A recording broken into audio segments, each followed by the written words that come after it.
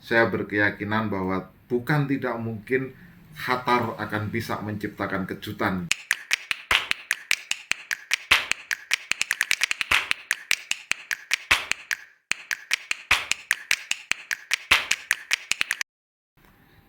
Salam pemirsa, ketemu lagi di channel saya dan akhirnya Piala Dunia 2022 akan segera dimulai dan partai pertama nanti akan mempertemukan tuan rumah Qatar melawan wakil dari Amerika Selatan yaitu Ekuador.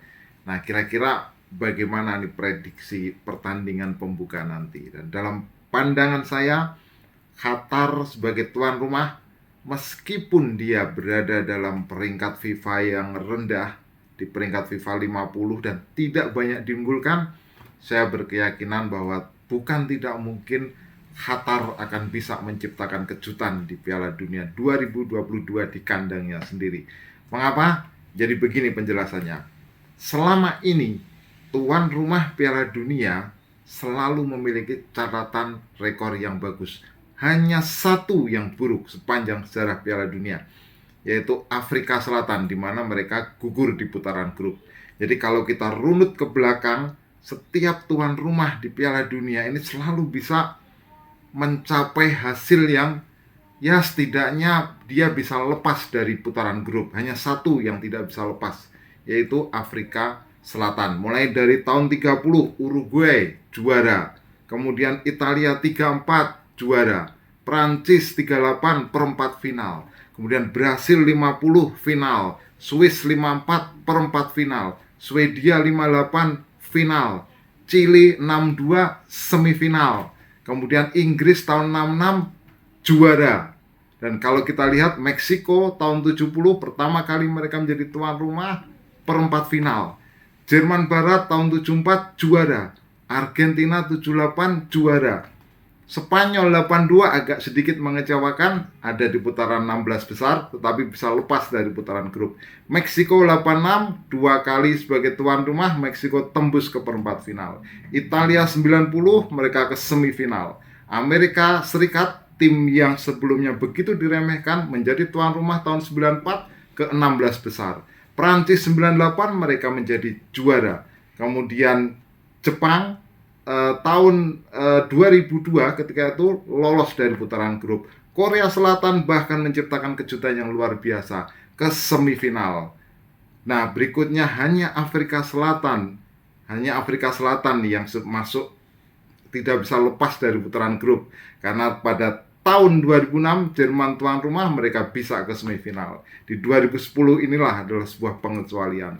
Brasil tahun 2014 mereka ke semifinal, dan terakhir Rusia tahun 2018 mereka bisa ke perempat final. Jadi setiap tuan rumah selalu bisa mencatatkan hasil yang bagus. Nah, semenjak tuan rumah selalu tampil di partai pembuka, tradisi ini dimulai di tahun 2006 ya di Jerman. Sebelumnya adalah juara bertahan yang tampil di partai pembuka. Tapi sejak 2006 tuan rumah tampil di partai pembuka. Nah, tradisi tuan rumah yang membuka Piala Dunia ini juga selalu berakhir dengan kemenangan, kecuali Afrika Selatan di tahun 2010.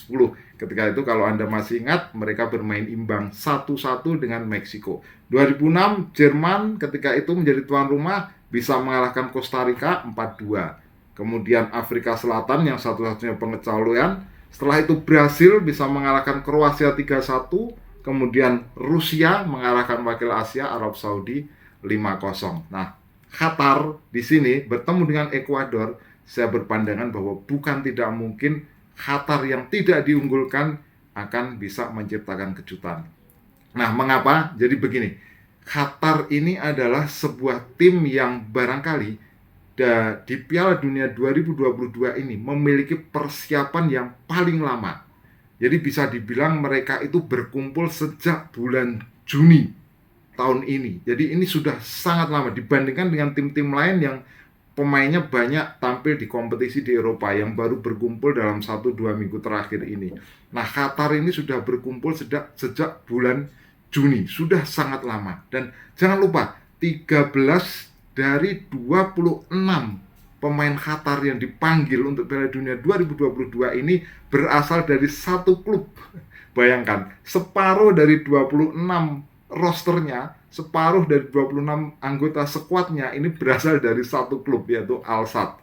Kemudian 5 diantaranya berasal dari satu klub juga, yaitu Al Duhail. Bahkan kiper utama Al Sadd, kiper cadangannya dipanggil di sini. Nah, ini menunjukkan bahwa Qatar secara kohesi memang akan sangat kuat ya, berkumpul sejak lama, kemudian mereka juga kebanyakan berasal dari satu klub.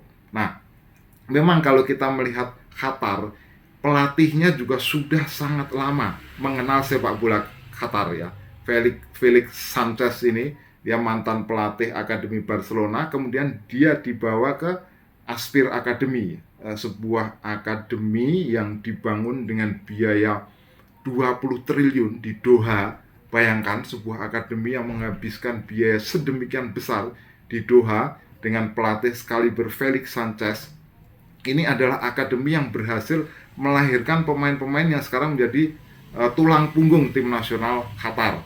Jadi ketika mereka menjadi juara AFC Under 19 ya, Piala Asia di bawah usia 19 tahun 2014, ketika itu mayoritas adalah mereka yang berasal dari Aspir Academy, dan 70% tulang punggung timnas sekarang ini juga berasal dari Aspir Academy. Nah, sementara pelatih Felix Sanchez ini sudah sejak tahun 2006 dibawa ke Aspir Academy itu, sehingga pelatih dengan pemainnya sudah saling mengenal.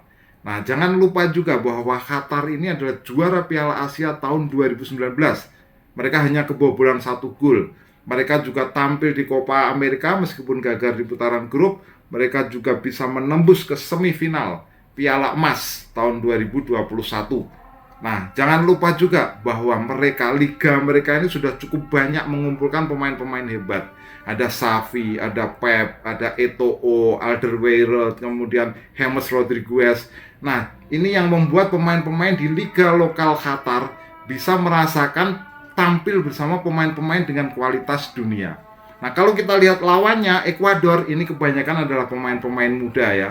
Mereka akan mengandalkan pertahanan yang kuat dan serangan balik, terutama dimotori oleh Moises Caicedo dan juga Jeremy Sarmiento, ini pemain dari Brighton. Dan juga mereka punya striker ya, Ever Valencia yang bermain di Galatasaray. Nah, ini 3 pemain penting. Tapi Ekuador ini kita ketahui mereka kuat di pertahanan.